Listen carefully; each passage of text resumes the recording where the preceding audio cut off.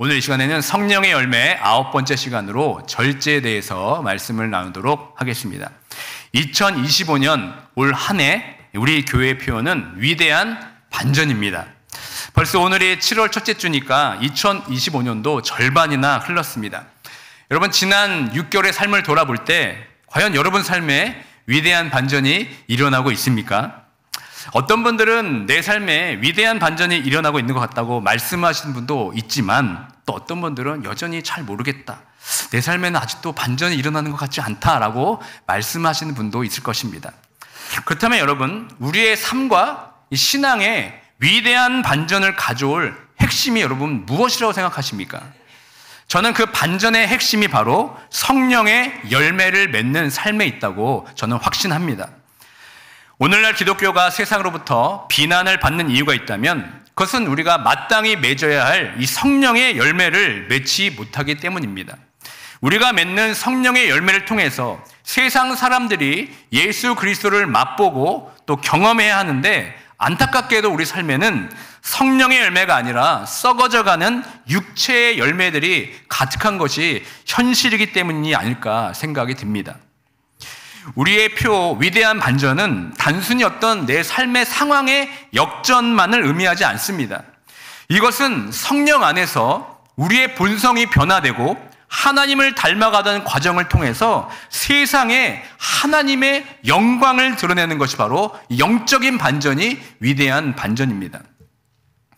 우리의 신앙의 여정을 돌아볼 때 우리는 십자가와 이 부활 사이에서 벗어나지 못한 모습을 자주 목격합니다. 우리는 예수 그리스도의 십자가의 고난에 익숙한 나머지 십자가를 묵상하고 그 아픔에 동참하는 일에는 진심을 다해서 참여합니다. 부활의 영광을 통해 다시 사신 예수님을 인해 내가 새 생명을 얻었음에도 불구하고 우리는 여전히 무거운 십자가 앞에서만 머뭇거립니다. 부활하신 예수님을 통해서 새로운 삶을 선물 받았음에도 불구하고 우리는 그 새로운 삶보다는 예전에 익숙한 십자가만을 바라보는 것이 더 편한 것처럼 보입니다. 마치 오래된 습관처럼 그리스도 안에서 얻은 자유와 새 생명의 기쁨보다는 과거의 방식으로 살아가는 것에 더 익숙해져 버린 것은 아닌지 돌아보게 됩니다. 여러분, 그렇다면 이 부활의 삶이란 무엇을 말하는 것이겠습니까? 이 부활의 삶은 십자가를 통해 주어진 구원을 누리고 성령의 능력을 힘입어서 성령의 열매를 맺음으로써 세상에 예수 그리스도를 드러내는 역동적인 삶이 바로 부활의 삶입니다. 그러므로 우리는 더 이상 십자가의 아픔 안에서만 머물러 있어서는 안 됩니다. 부활하신 예수님과 함께 새로운 생명과 능력을 경험하면서 세상을 변화시키는 존재가 되어야 합니다. 사랑하는 성도 여러분, 우리는 예수 그리스도를 믿음으로 말미암아 새로운 삶을 얻었습니다.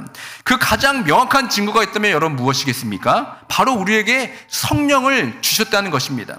예수님께서 죽으시고 부활하시고 승천하시면서 우리에게 누구를 보내주셨습니까? 바로 성령님을 우리에게 보내주셨습니다. 그러므로 우리가 예수 그리스도를 믿는 순간 성령님이 우리 안에 내주하십니다. 성령님이 우리 안에 계시기 때문에 이제는 우리 스스로 내가 삶을 주장하기보다는 성령님께서 우리 삶을 인도하시도록 온전히 맡기는 것이 바로 우리가 구원받았음을 보여주는 아주 명확한 증거입니다. 그러므로 우리는 성령에 이끌리는 삶을 살아야 됩니다. 성령께서 주시는 힘으로 살아가게 될 때 비로소 우리는 성령의 열매를 맺게 됩니다. 이것이야말로 우리가 구원받은 후 지향해야 할 삶의 목적이자 목표입니다. 그렇기 때문에 이 성령의 열매는 우리가 매일매일 점검하고 묵상해야 할 아주 중요한 신앙의 기준이 됩니다. 이러한 삶을 살아갈 때 비로소 우리는 성화된 삶, 변화된 삶을 살아간다고 말할 수 있습니다. 성화된 삶이란 다름 아닌 성령의 열매를 통해서 하나님 예수 그리스도의 성품을 닮아가는 것입니다. 우리의 시선은 어느 한쪽으로 치우쳐져서는 안 됩니다. 십자가에 못 박히신 예수님만을 바라보며 신앙생활을 할 것이 아니라 그 십자가를 통해서 부활하신 예수 그리스도를 우리가 바라봐야 합니다. 그 예수님께서 우리에게 허락하신 부활의 삶, 즉 새로운 생명의 삶을 우리는 기대하며 살아가야 합니다. 그리고 그 새로운 삶의 분명한 지표가 바로 우리가 함께 나누었던 성령의 9가지 열매입니다. 그렇다면 여러분, 이 열매 맺는 삶은 과연 무엇이라고 생각하십니까? 마치 열매는 자기 자신을 위해 존재하지 않듯이 남을 위해 존재하듯이 신앙 안에서 열매 맺는 삶 또한 나만을 위한 삶이 아닌 겁니다. 탐스러운 과일이 누군가의 허기를 채우고 지친 몸에 활력을 주며 그 씨앗을 통해서 또 다른 생명을 싹 틔우듯이 우리의 삶의 열매도 그러해야 합니다. 나의 삶의 열매를 누군가 맛보고 기쁨을 누리며 영적으로 자라는 삶, 이것이 바로 성령의 열매를 맺는 진정한 삶입니다. 우리는 십자가의 신앙에만 머물러 있을 뿐만 아니라 부활의 삶으로 나아가는 신앙을 통해서 열매 맺는 삶을 살 때 비로소 우리 삶에 진정한 위대한 반전이 일어나게 될 줄 믿습니다. 이제 성령의 9가지 열매 중 마지막 열매인 이 절제에 대해서 좀 더 깊게 살펴보도록 하겠습니다.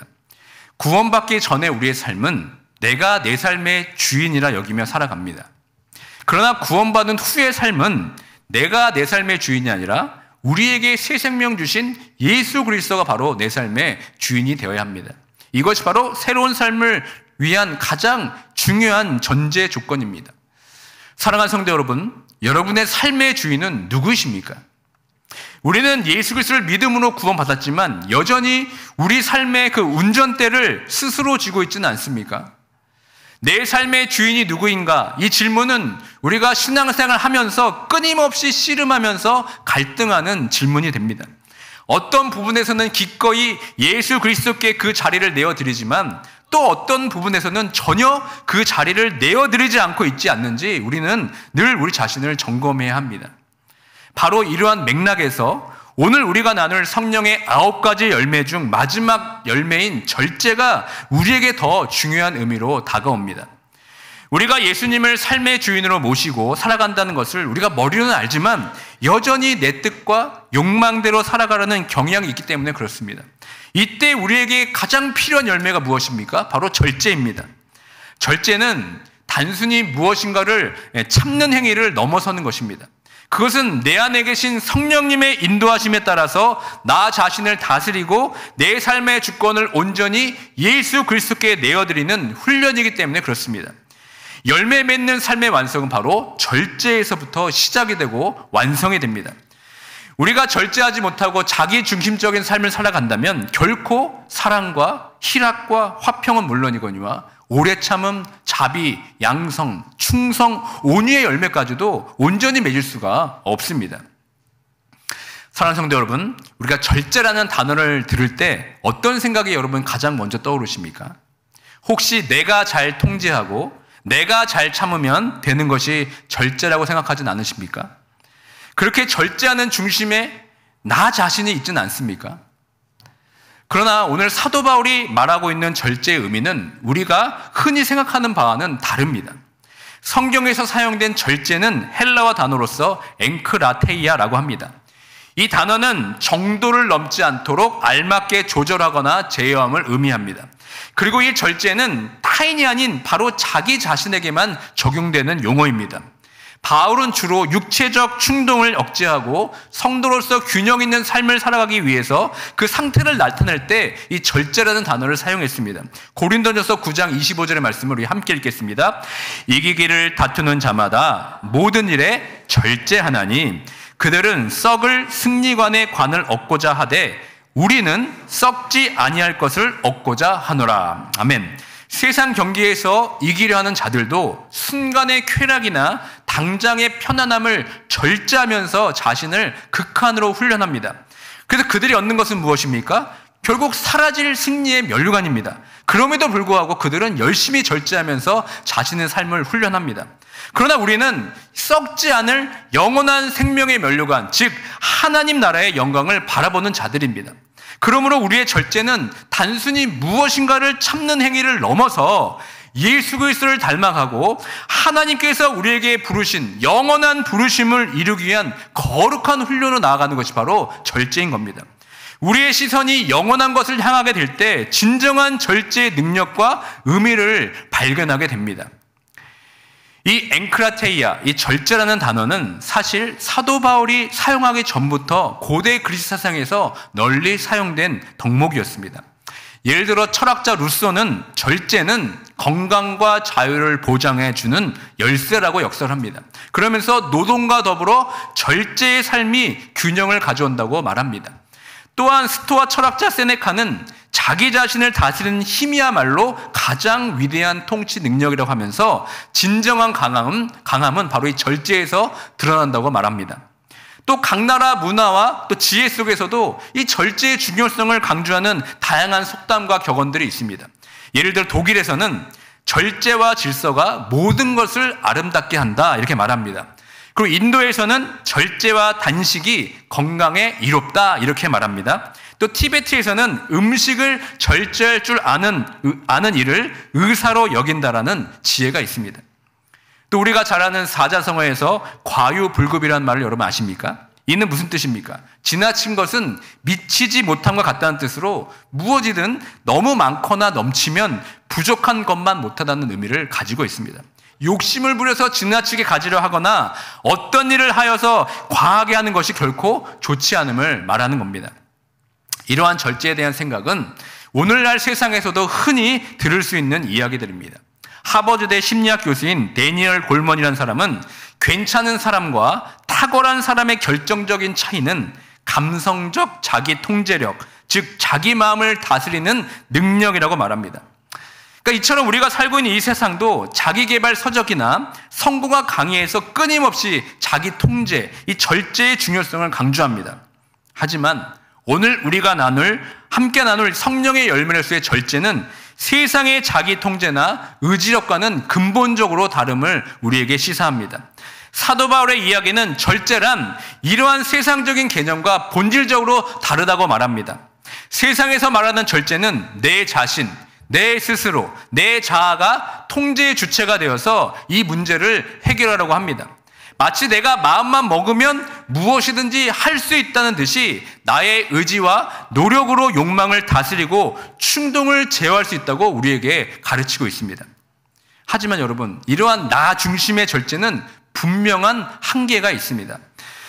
그렇게 절제가 부족해 생기는 폐단들은 우리가 얼마나 많이 봅니까? 그것이 무엇입니까? 그런 현상이 바로 중독이라는 현상입니다.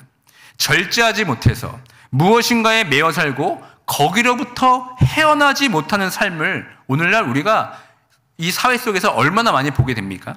도박 중독, 마약 중독, 성 중독, 게임 중독에 빠져있는 사람들의 이야기는 이제 너무나 우리가 쉽게 접할 수가 있습니다. 우리의 삶을 가만히 돌아보면 우리도 너무나 많은 것들에 우리의 마음을 빼앗기며 살아가고 있습니다. 그런 곳에 매여서 살기도 합니다. 최근 우리 삶에 절제하지 못하고 가장 많이 중독되어 있는 것이 무엇입니까? 아마 여러분께 물어보면 이구동성으로 다 함께 이렇게 외칠 것입니다. 스마트폰, 이렇게 아마 얘기할 겁니다. 나도 모르게 손이 가고 나도 모르게 눈이 가는 것이 바로 스마트폰입니다. 물론 긍정적인 부분이 많이 있습니다. 그것을 사용함에 있어서 많은 그러나 부작용들이 많이 있습니다. 잦은 스마트폰 사용으로 수면 부족, 시력 저하, 거북목과 같은 신체적 문제가 생깁니다. 또 여러분 정신적인 문제도 더합니다. SNS의 피로, 디지털 피로 등 정신적인 스트레스에 시달리기도 합니다. 나아가 이 스마트폰 때문에 현실 관계가 단절되고 고립된 현상도 나타나고 있습니다. 하물며 여러분 아이들은 어떻습니까? 요즘 의식 있는 부모들은 아이들에게 스마트폰을 최대한 늦게 주고자 합니다. 왜 그렇습니까? 스마트폰이 아이들에게 주어지는 순간 많은 어려움들이 찾아오기 때문에 그렇습니다.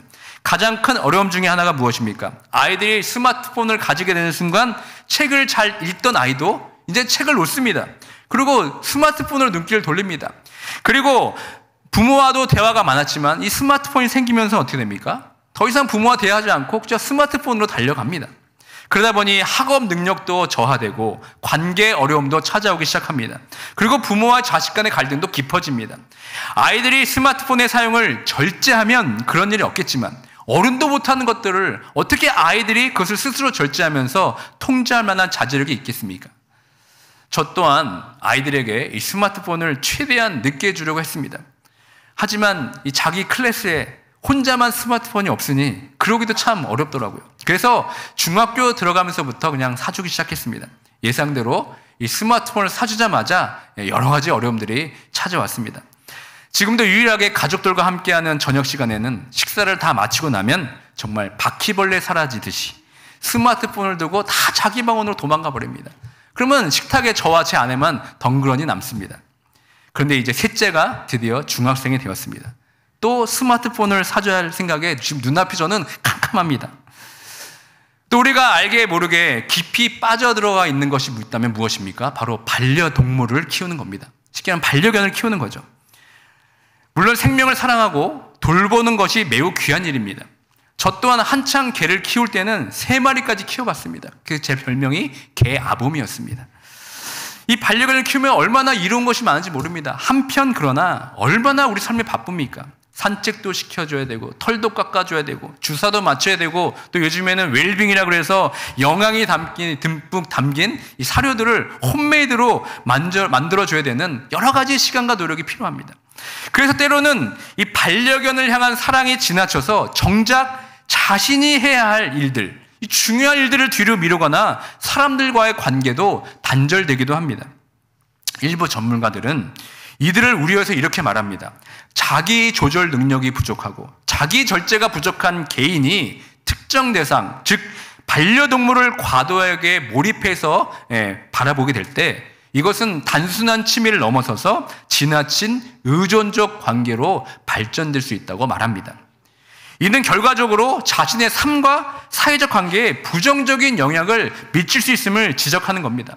그러니까 반려견 때문에 자신의 삶이 더욱 윤택해지고 풍부해지기보다는 오히려 그것 때문에 시간과 마음을 빼앗기는 경우가 적지 않다는 것입니다. 심지어는 우리 신앙생활에도 영향을 미칩니다.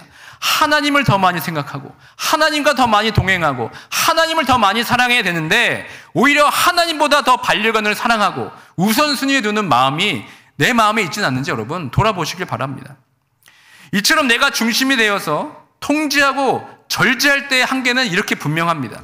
하지만 사도 바울은 그리스 철학이나 세상에서 이야기하는 내가 절제하고 내가 극복할 수 있다는 식의 절제 개념을 말하고 있지 않습니다.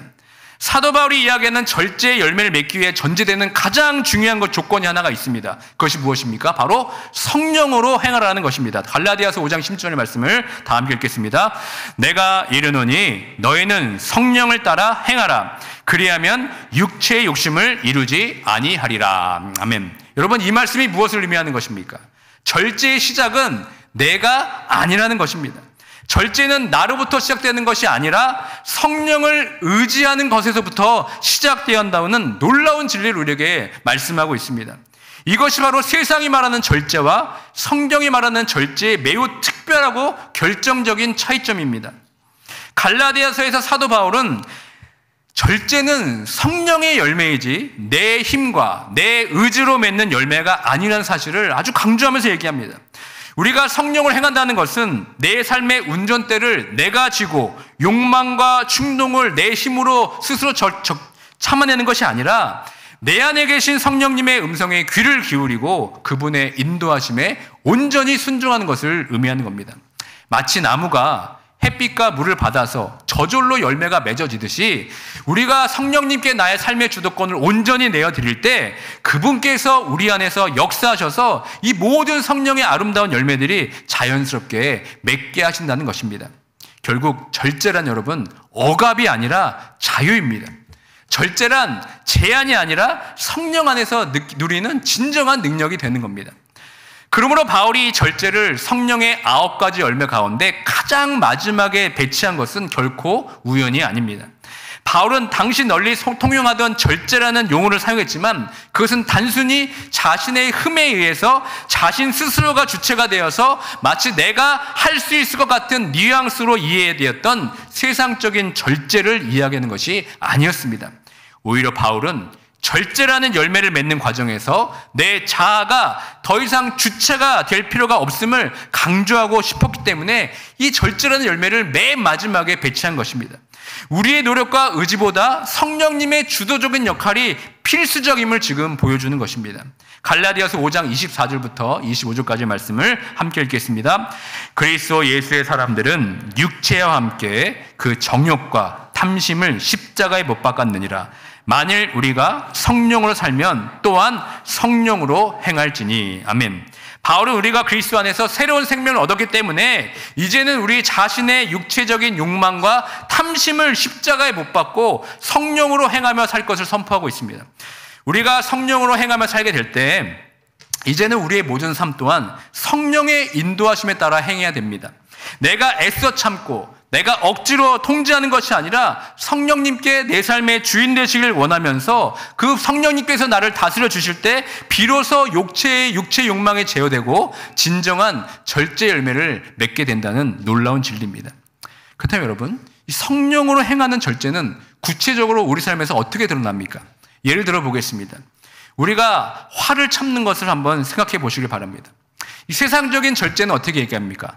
내가 화를 내지 말아야지라는 식으로 자신의 의지로 내 화를 억지로 억누르는 것입니다.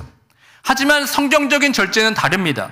이는 내가 분노의 감정에 사로잡힐 때 나는 이것을 내 힘으로 참을 수가 없습니다. 성령님, 내 안에 오셔서 이 화와 분노를 다스려 주십시오라고 간구하면서 성령님께 나의 통제권을 내어드리는 것입니다. 나의 의지로 억누르는 것이 아니라 성령님께서 내 안에 역사하심으로 인해서 자연스럽게 그 분노가 가라앉고 평정을 유지하게 되는 것입니다.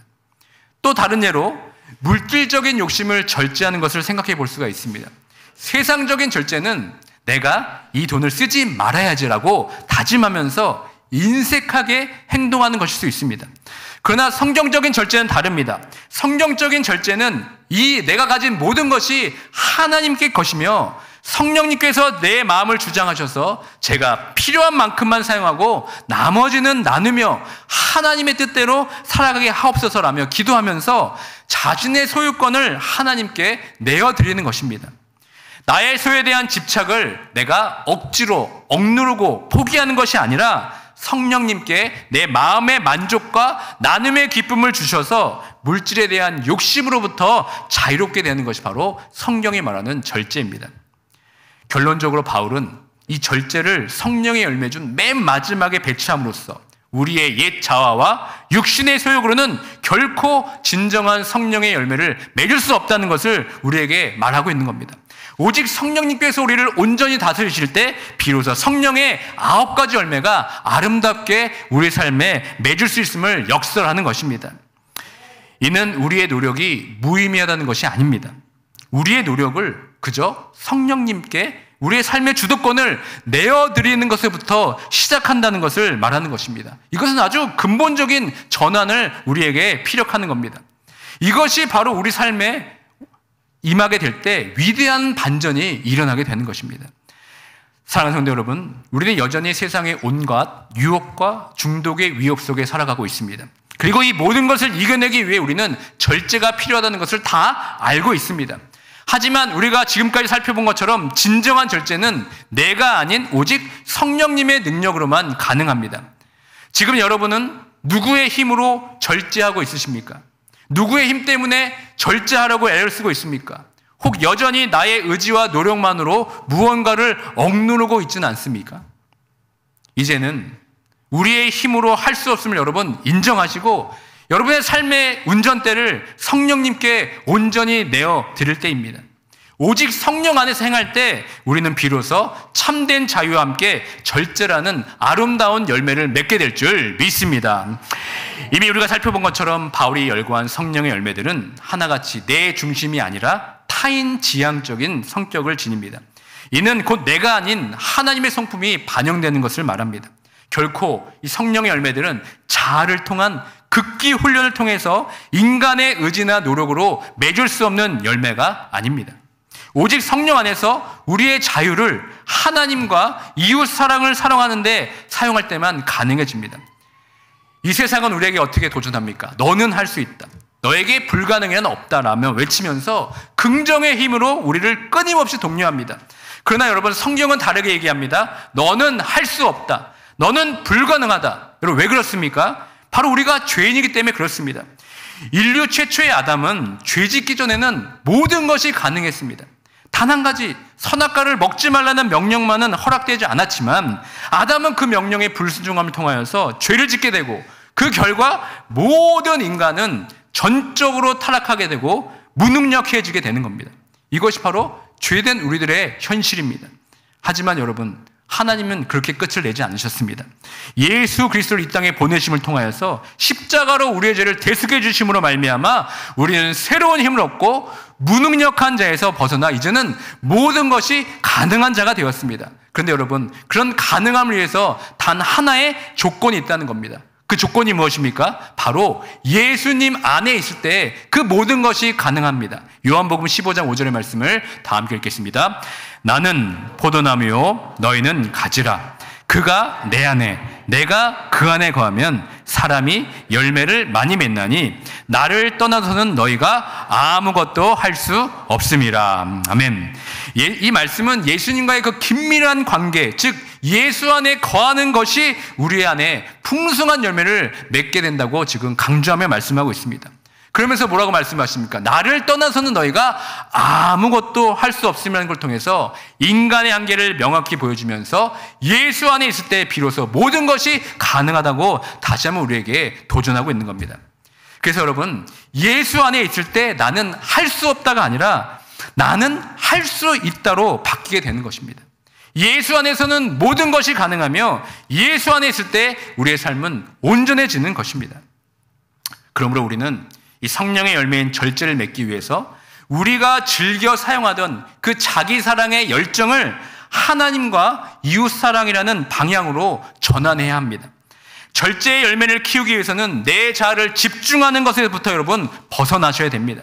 이제 그 방향을 내가 아닌 성령님께 집중하는 것으로 바뀌어야 됩니다. 다시 말해 대상이 바뀌어야 됩니다. 더 이상 내 자아를 통제하고 내 자아를 억누르는 것에 집중하는 것이 아니라 그 힘을 성령님께 집중해야 됩니다. 우리의 절제 열매는 나의 정열과 욕망을 통제하고 분투했기 때문에 생기는 것이 아닙니다. 우리 삶 가운데 역사하시기를 원하시는 성령님을 바라볼 때 비로소 맺히게 되는 것입니다. 절제란 한마디로 더 이상 자기 마음대로 자기 감정대로 살지 않는 것입니다. 김영봉 목사님이 쓰신 주기도라는 책에 보면 데이비드 팀스 목사님에 관한 글이 나옵니다. 거기서 이러한 질문을 던집니다. 당신의 나라가 임하옵소서라는 기도를 뒤집으면 어떻게 될까요? 라는 질문이 있습니다. 여러분, 이 질문에 여러분 어떻게 대답할 수 있겠습니까? 그 질문의 답을 책은 이렇게 대답합니다. 그것은 바로 내 나라가 끝나게 하옵소서라는 기도가 된다는 것입니다. 바로 이 기도가 진정한 절제를 가능하게 하는 근본적인 영적 태도입니다. 이제 더 이상 내 삶에 내가 주인이 아니고 내가 나의 왕이 아니라 나는 더 이상 내가 하고 싶은 대로 사는 것이 아니라 성령의 이끌림을 받아 사는 사람이 되기로 결단하기로 하는 것이 바로 이 기도의 의미인 겁니다. 이러한 결단의 기도를 통해 여러분 모두의 삶에 이 절제의 열매가 풍성히 맺어지길 주님의 이름으로 축원드립니다. 이제 말씀을 맺습니다. 우리가 바라보고 있는 성령의 열매, 사랑과 희락과 화평, 오래 참음, 자비, 충선, 양선, 온유, 절제를 생각하면 여러분 이런 생각 들지 않습니까? 왜 내 삶에는 이런 열매가 안 열릴까? 아마 고민하는 분도 있을 것입니다. 왜 이렇게 더듬기만 할까? 왜 이렇게 열매들이 맺어지지 않을까라면서 고민하면서 안타까워하는 분들도 분명히 있을 것입니다. 그러나 여러분, 그렇게 나를 자책한다고 성령의 열매가 맺어지는 것이 아닙니다. 그렇다면 여러분 계속해서 좌절할 수밖에 없습니다. 내가 사랑의 열매를 맺어야지, 내가 오래 참음의 열매를 맺어야지, 내가 온유의 열매를 맺어야지. 그러면 여러분 지치게 마련입니다. 성령의 열매는 여러분 그렇게 맺어지는 것이 아닙니다. 거기서 내가라는 주체가 빠져야 열리는 것이 성령의 열매입니다. 나로부터 시작되는 열매가 아니라 바로 성령으로부터 시작되는 것이 바로 성령의 열매임을 꼭 기억하시길 바랍니다. 그리고 여러분 성령의 열매를 맺으려면 낭망치 않는 믿음이 필요합니다. 우리는 단순히 결단한다고 변하는 것이 아닙니다. 성령의 열매는 오직 성령님만이, 주님만이 이루실 수가 있습니다. 그렇기 때문에 우리가 자포자기하라는 것이 아니라 다시 한번 우리 마음 가운데 결단하길 원하는 겁니다. 하나님께서는 결단하지 않는 사람에게는 역사하시지 않습니다. 내가 아닌 성령님과 동행하겠다고 결단하고 기도했으면 여러분 이제는 믿으시면 됩니다. 낭망하지 않는 믿음을 가져야 합니다. 그 믿음을 가지고 내가 아니라 주님만을 온전히 바라보게 될 때 성령의 열매는 여러분 삶에 풍성하게 맺어지게 될 줄 믿습니다. 사랑하는 성도 여러분, 우리는 지금 주님께서 허락하신 귀한 시간 속에서 살아가고 있습니다. 올 한 해 그리고 우리가 남은 모든 삶 속에서 여러분 진정으로 위대한 반전을 이루고 싶으십니까? 그렇다면 여러분, 나로부터 시작되는 것이 아니라 주님으로부터, 성령님으로부터 시작되는 삶을 살아가시길 바랍니다. 이를 통해서 사랑과 희락과 화평, 오래 참음, 자비, 양선, 충성, 온유, 절제, 이런 모든 성령의 열매를 여러분 삶 가운데 풍성히 맺어주시는 모두가 되길 주님의 이름으로 축원드립니다. 아멘.